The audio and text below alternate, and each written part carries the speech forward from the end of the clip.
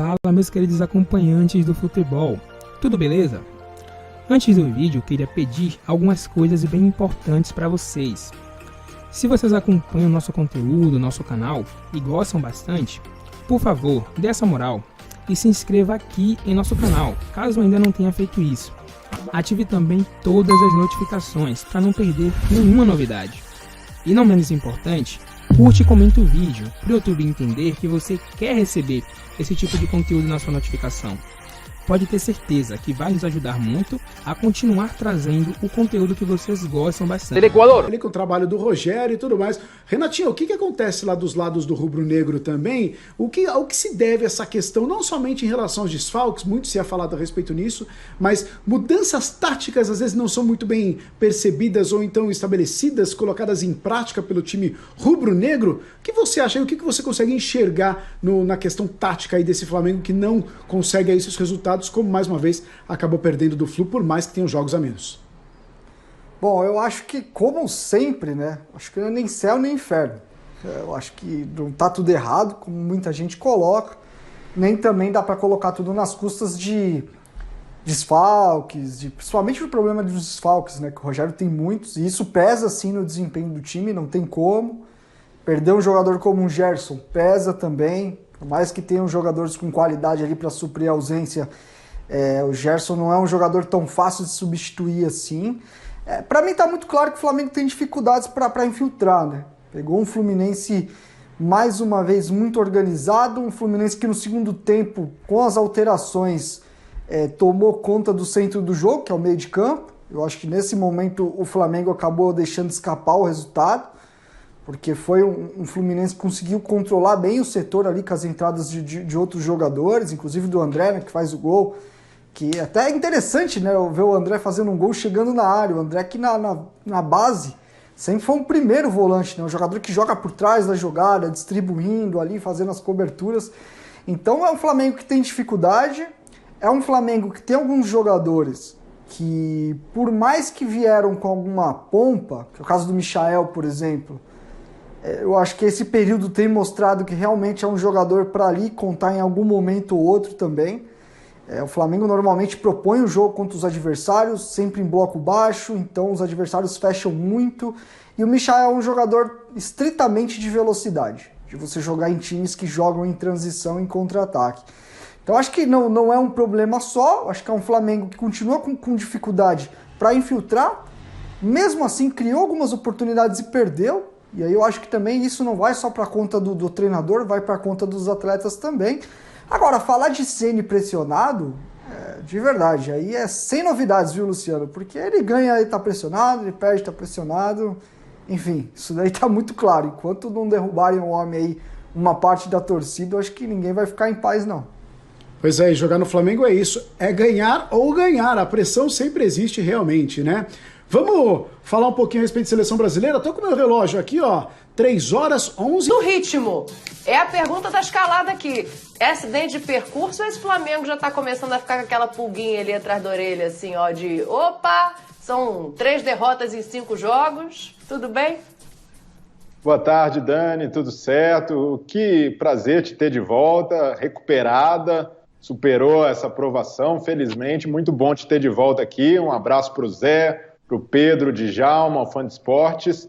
Olha, Dani, eu vejo que o Flamengo tem um problema de oscilação constante. A gente falava aqui, até mesmo antes do Fla-Flu, de como esse Flamengo do Rogério sofre para ser constante, para ser um time confiável. Então a gente vê um Flamengo que oscila não só de jogo a jogo, ganha um, perde o outro, mas um Flamengo que dentro das partidas não consegue converter sua superioridade num placar favorável, num placar com uma vantagem até confortável para administrar, para dosar um pouco mais o ritmo. Nesse Flamengo é uma oscilação constante, a gente não enxerga no Flamengo do Rogério a confiança que o torcedor tanto espera. E esse Flamengo não tem sido confiável, porque de fato não consegue converter suas chances, é um time que cria muito, mas há uma responsabilidade do treinador também quando esse problema é detectado, e é um problema que vem desde a temporada passada, de um Flamengo que finaliza, mas perde muitas oportunidades, e com ótimos finalizadores no elenco. Mesmo sem o Gabigol, continua tendo Pedro, continua tendo o Rodrigo Muniz em boa fase. O Bruno Henrique, o Bruno Henrique ontem foi mal, perdeu chances, mas ainda assim é um jogador que muitos técnicos gostariam de ter, mesmo em má fase.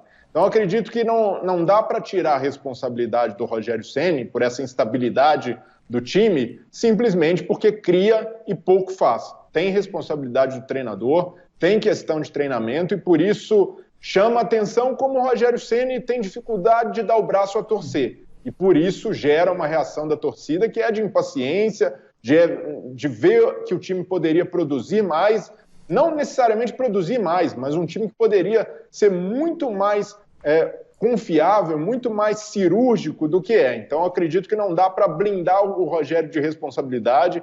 Isso não é pedir a cabeça, isso não é acreditar que o trabalho tem de ser abreviado, mas sim de que reconhecer que o Rogério tem muita dificuldade em assumir erros, em direcionar um caminho e entender que o Flamengo dele, por mais que crie, precisa ser mais objetivo, precisa matar mais as partidas e definir jogadas. Olha, eu voltei de vermelho aqui, que é já pra botar lenha nessa fogueira, viu? Que eu quero ouvir vocês sobre o seguinte. Tem uma que eu vou guardar pro Pedro Ivo, que eu quero ouvir Pedro Ivo a respeito da escalação de ontem e das mexidas do Rogério. Agora, Djalminha, é claro que assim, ninguém aqui tá isentando o Rogério ou pedindo a cabeça do Rogério sem os extremos. Mas assim, se cai a intensidade no campo de um tempo pro outro, não é responsabilidade do treinador. A gente pode pensar em preparação física, a gente pode pensar em doação, mas o treinador tem culpa dessa intensidade cair? Boa noite, Dani. Boa noite, Zé, Breiler, fã do esporte, Ivo. Dani, na minha maneira de ver, são situações diferentes, porque assim, o Flamengo ele não vem jogando mal, com exceção do jogo do Juventude, que foi um jogo atípico, ele não vem jogando mal. Um time que cria muitas oportunidades, como cria o Flamengo, não pode se dizer que o time está jogando mal. Mas, ao mesmo tempo, não adianta você não converter essas oportunidades de gol, porque o futebol é assim. O futebol não adianta. Você cria, mas não faz, você não vai ter resultados e vai ser cobrado. Agora, o fato também do Rogério procurar minimizar quando acontece isso incomoda muito o torcedor, a gente que está ouvindo, porque não é possível que vá perder gol todo jogo, perde gol todo jogo, o time não consegue resultado e vai se considerar isso normal. Não pode ser considerado isso normal. Então, é complicada essa comparação, mas na minha maneira de ver, no jogo de ontem, fez uma boa atuação no primeiro tempo, mas o time não está conseguindo converter em gol. Quando acaba não convertendo em gol, cria uma tensão, o time fica numa ansiedade, se expôs no segundo tempo. No segundo tempo, acho que o Fluminense até foi superior, teve oportunidades e acabou perdendo o jogo. Agora, você vai para o outro lado, você vê um São Paulo que não consegue resultado, que não vem jogando bem, mas que ganhou um campeonato paulista que não vinha ganhando há muito tempo, a situação está tranquila. E a do Rogério realmente não está. Por as coisas do passado, as alterações que faz e a equipe acaba não respondendo com as alterações. Então, assim, é preocupante, sim, na minha opinião, essa oscilação de resultados do Flamengo. Porque quando o Flamengo consegue o gol e sai na frente, tudo ficou uma maravilha, porque realmente é um time dominante, um time que consegue tocar a bola, mas quando ele não consegue fazer esse gol, ele acaba entrando numa ansiedade e o jogo não flui. Então, isso sim, responsabilidade do treinador, assim como se viessem as vitórias, o treinador também seria recompensado demonstrando um trabalho bem feito. Então, acho que não é também desesperadora a situação, mas ligar um alerta, sim, porque já tem uma satisfação com o Rogério. Ô, Djalma, até antes de passar a bola para o Pedro, para o Zé, isso não significa dizer que os jogadores não têm responsabilidade. Bruno Henrique tem perdido gols, não tem jogado tão bem, não está na melhor fase da carreira. Vitinho também pode jogar mais. Há outros jogadores com responsabilidade. O próprio Pedro também tem perdido gols. Mas, nesse aspecto, a gente precisa entender que muitos treinadores conseguem criar situações e até ambientes que favorecem o jogador a recuperar seu futebol, que favorecem que fazem com que um jogador nota 8 se transforme num jogador nota 9. Então, por isso há também responsabilidade do Rogério. Não é só um simples fato de um time que cria e o jogador, por deficiência técnica, por instabilidade emocional, não coloca para dentro. Então, o treinador precisa saber identificar os motivos, o que está acontecendo e também a criar mecanismos que favoreçam o time a matar o jogo. Contra o Bragantino, por exemplo, também concordo com o Djalma, o Flamengo não jogou mal, embora tenha perdido o jogo, mas no fim da partida a gente vê um Flamengo intenso que perdeu por substituições. E ontem no Fla-Flu, novamente, o Rogério não consegue melhorar o time dele com as mexidas. Pelo contrário, a intensidade cai, o time perde o ritmo e dá a brecha para o Fluminense sair com a vitória. Então, por isso é uma responsabilidade dividida, mas com uma parcela, obviamente, grande, uma parcela relativa do treinador e do comandante do barco. Assim, eu só fazer uma observação, porque, assim, tudo que você falou, concordo. Mas a gente tem que entender que no futebol, o que é mais difícil é você criar as oportunidades claras de gol. Né? É o mais difícil. Você trabalha, você toca, você cruza, mas para quê? Para ter oportunidade clara de gol. E o Flamengo vem tendo. Então, tem que se dar um desconto, porque, assim, se o atleta não converte em gol, não pode também ser tudo jogado em cima do treinador. É só esse parênteses que tem que ser feito, porque nós não podemos também ser injustos de botar tudo na conta do treinador. E por isso que não significa pedir a cabeça, né, Djalma? O trabalho tem bons indícios e tem bons sinais porque cria muito. É preciso ajustar e o treinador entender qual é a sua responsabilidade nesse processo. Olha, eu estou guardando a casca de banana aqui para o Pedro, porque ontem o Rogério Ceni, nas mudanças dele ali, né, e o Arão de volante, ele deu uma jogada para a galera. Já vai pensando nisso aí, Pedro Ivo. Quero ouvir o Zé Elias sobre essa questão do tanto que é do treinador, do tanto que é do jogador, mas eu vou aproveitar que vocês dois ainda estão comportados para a gente ouvir o Ceni, porque o Djalminha tocou num ponto importante aí, que é de criação de gol. Só que o discurso do professor ontem, depois do jogo, foi um discurso que no vestiário, eu não sei não, hein, Zé Elias? Dá uma olhada aí que eu quero te ouvir na volta. Vamos ouvir o Rogério Ceni.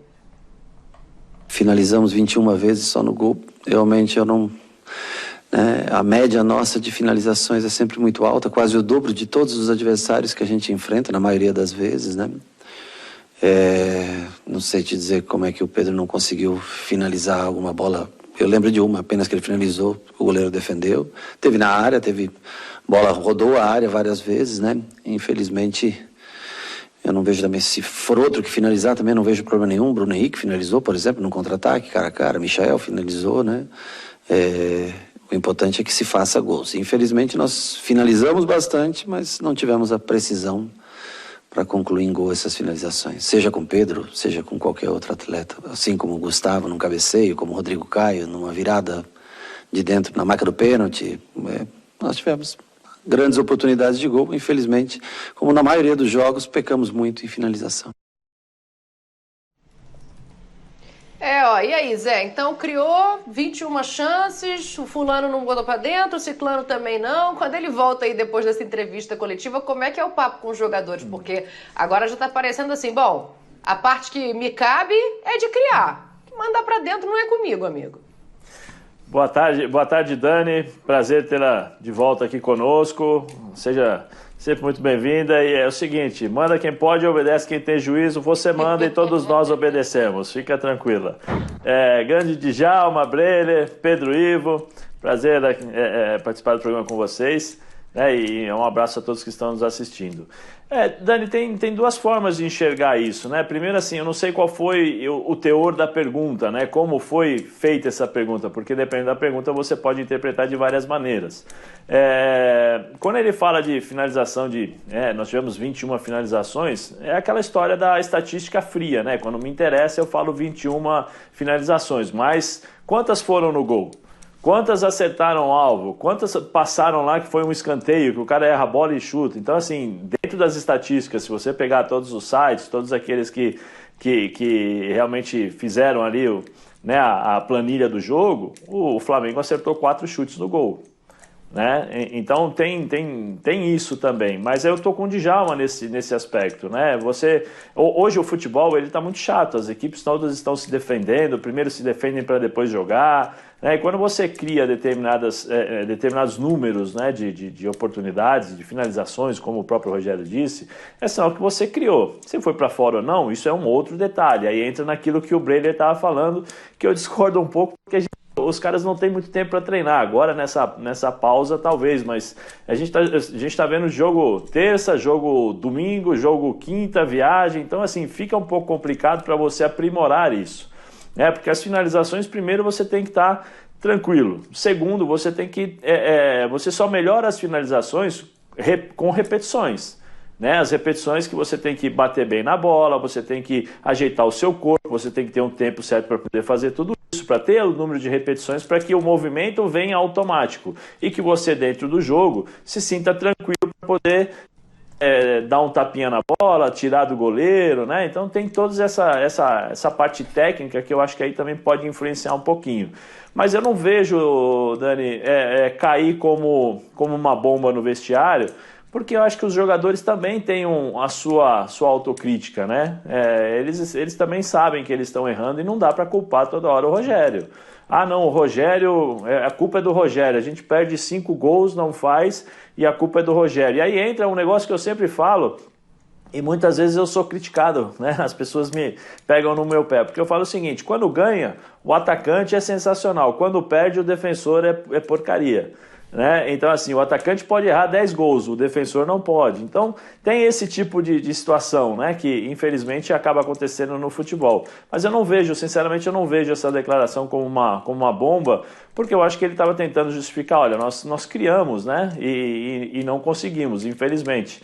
O problema que ele tem que trabalhar é saber que a equipe do Flamengo é uma equipe que propõe o jogo, que gosta de jogar. Sim.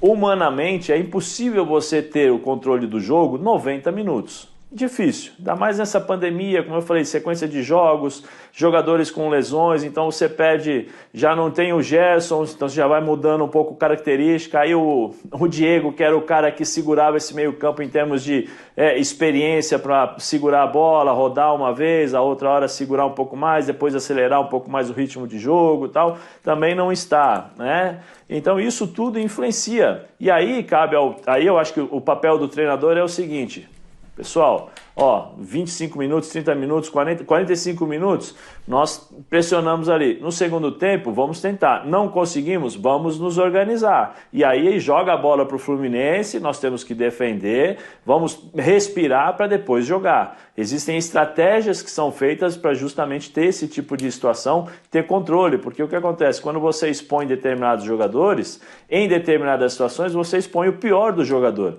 E aí o jogador acaba errando e acaba sofrendo um gol. Por exemplo, estou falando justamente no caso do Gustavo Henrique, né, que eu já escutei aí, era o Gustavo Henrique que estava no drible e tal, né? Então tem tudo isso, mas não vejo não como responsabilidade total do Ceni nessa derrota, e também não vejo essa declaração aí do Ceni como uma bomba, porque eu acho que os próprios jogadores sabem que cometeram erros que poderiam evitar, né?